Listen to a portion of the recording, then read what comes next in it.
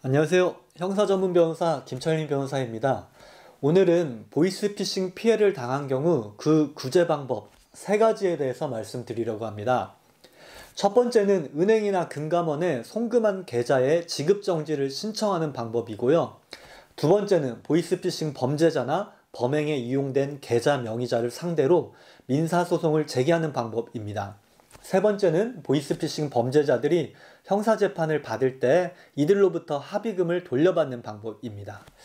첫 번째, 두 번째 방법에 대해서는 인터넷에 정보가 많이 올라와 있다 보니 저는 오늘 세 번째 방법에 대해서 많은 분량을 들여서 말씀드리고자 합니다.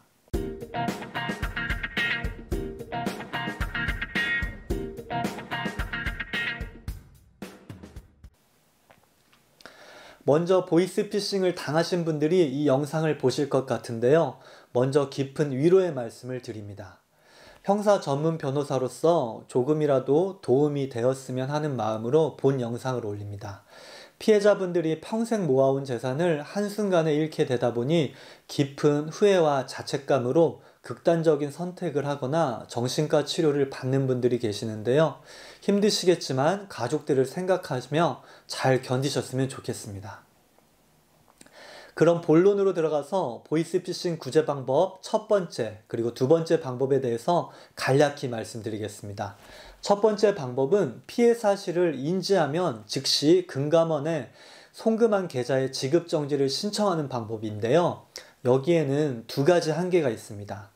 송금한 계좌에 돈이 남아 있어야 한다는 시간적인 한계가 있고, 계좌 이체 방식이 아닌 직접 현금을 전달하였거나 상품권을 구매하여 핀 번호를 전달한 보이스피싱 사건에는 적용될 수 없다는 방식에 따른 한계가 있습니다. 그러다 보니 실제로 구제받지 못하는 경우가 많이 있습니다. 두 번째는 보이스피싱 범죄자나 범행에 이용된 계좌 명의자를 상대로 민사소송을 제기하는 방법인데요. 보이스피싱 범죄자들의 경우 검거가 되어야 그 신상을 알 수가 있는데 검거되기까지 시간이 꽤 걸립니다. 그러다 보니 우선 신상이 드러나 있는 계좌 명의자를 상대로 민사소송을 제기해 볼 수가 있는데요. 사실 계좌 명의자도 대부분 대출이나 취업 등의 이유로 보이스피싱 조직에게 속아서 은행 계좌, 체크카드, OTP 등을 넘겨준 사람들입니다. 물론 이 사람들도 억울한 부분이 있겠지만 이 사람들이 없었다면 보이스피싱 범행이 완성되지 않기 때문에 이 사람들은 전자금융거래법 위반으로 대부분 처벌을 받고 있습니다. 보이스피싱 피해자들은 송금한 계좌 명의자를 상대로 민사소송을 제기해서 과실에 의한 방조 책임을 물을 수가 있는데요.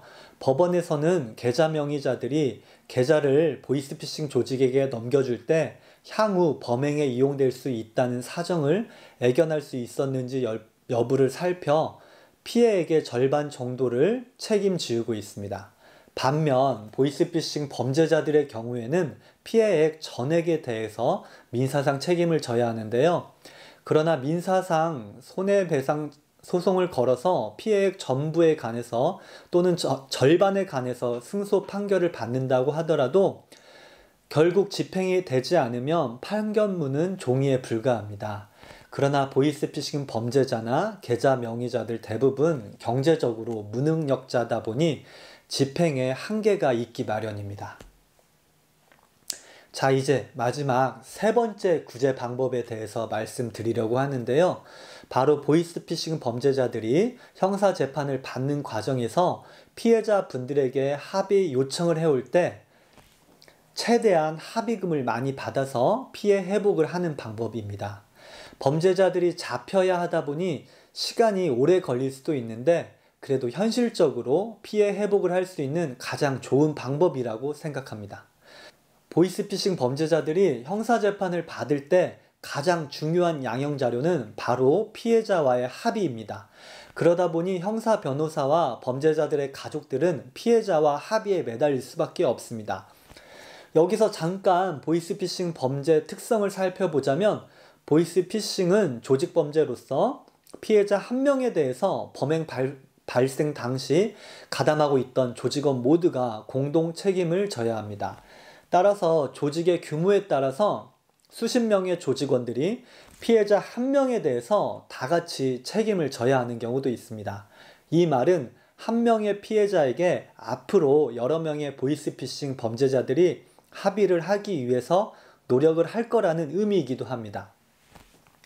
피해자 입장에서는 하루라도 빨리 피해 금액 전부를 돌려받는 것이 중요하다 보니 범죄자 1인으로부터 합의 요청을 받을 때 피해액 전액이 아니면 아예 합의를 안 하겠다라고 말씀하시는 분도 계십니다.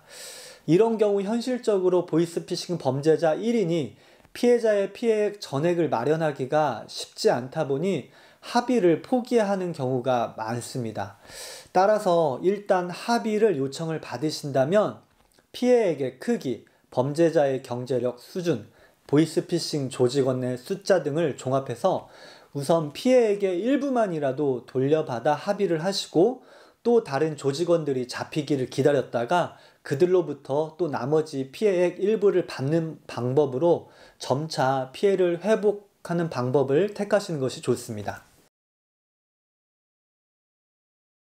그런데 이와 같이 범죄자들로부터 합의 요청을 받기 위해서는 피해자분들이 전화번호를 유지하고 있어야 합니다. 보이스피싱을 당하면 많은 분들이 전화번호를 바꾸고 있는데요. 바뀐 전화번호를 수사기관이나 법원에서 알고 있지 않으면 나중에 합의를 위해서 피해자분들께 연락을 드릴 때 현실적으로 매우 큰 어려움을 겪게 됩니다. 형사재판은 범죄자의 처벌을 목적으로 하고 있지 피해자들의 피해 회복을 목적으로 하지는 않습니다. 그래서 대부분의 형사재판부는 바뀐 피해자의 전화번호를 조회하는데 협조해주지 않고 있습니다.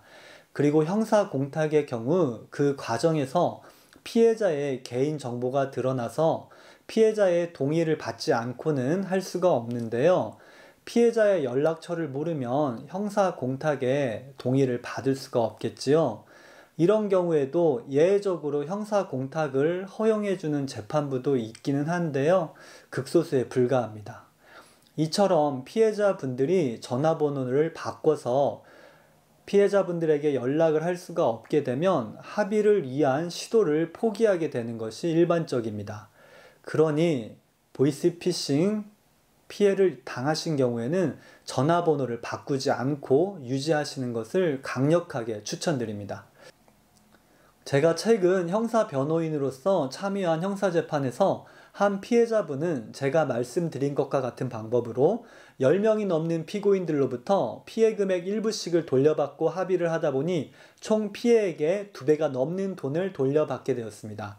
물론 모든 피해자분들에게 해당되는 경우가 아니라서 안타깝지만 이와 같은 피해를 돌려받는 방법도 있다는 것을 말씀드리고자 합니다.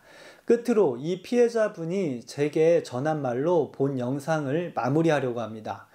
이 피해자분은 피해액을 돌려받기까지 3년이 넘는 시간이 걸렸지만 마음이 너무 힘들 때마다 나는 피해를 본 것이 아니라 은행 적금을 들어놨다고 생각하며 언젠가 돌려받을 날이 올 것이다 라고 하며 견뎠다고 합니다. 혹시라도 지금 보이스피싱을 당해서 힘든 시간을 보내고 계신 분이 있다면 조금이라도 위로와 도움이 되었으면 좋겠습니다. 감사합니다.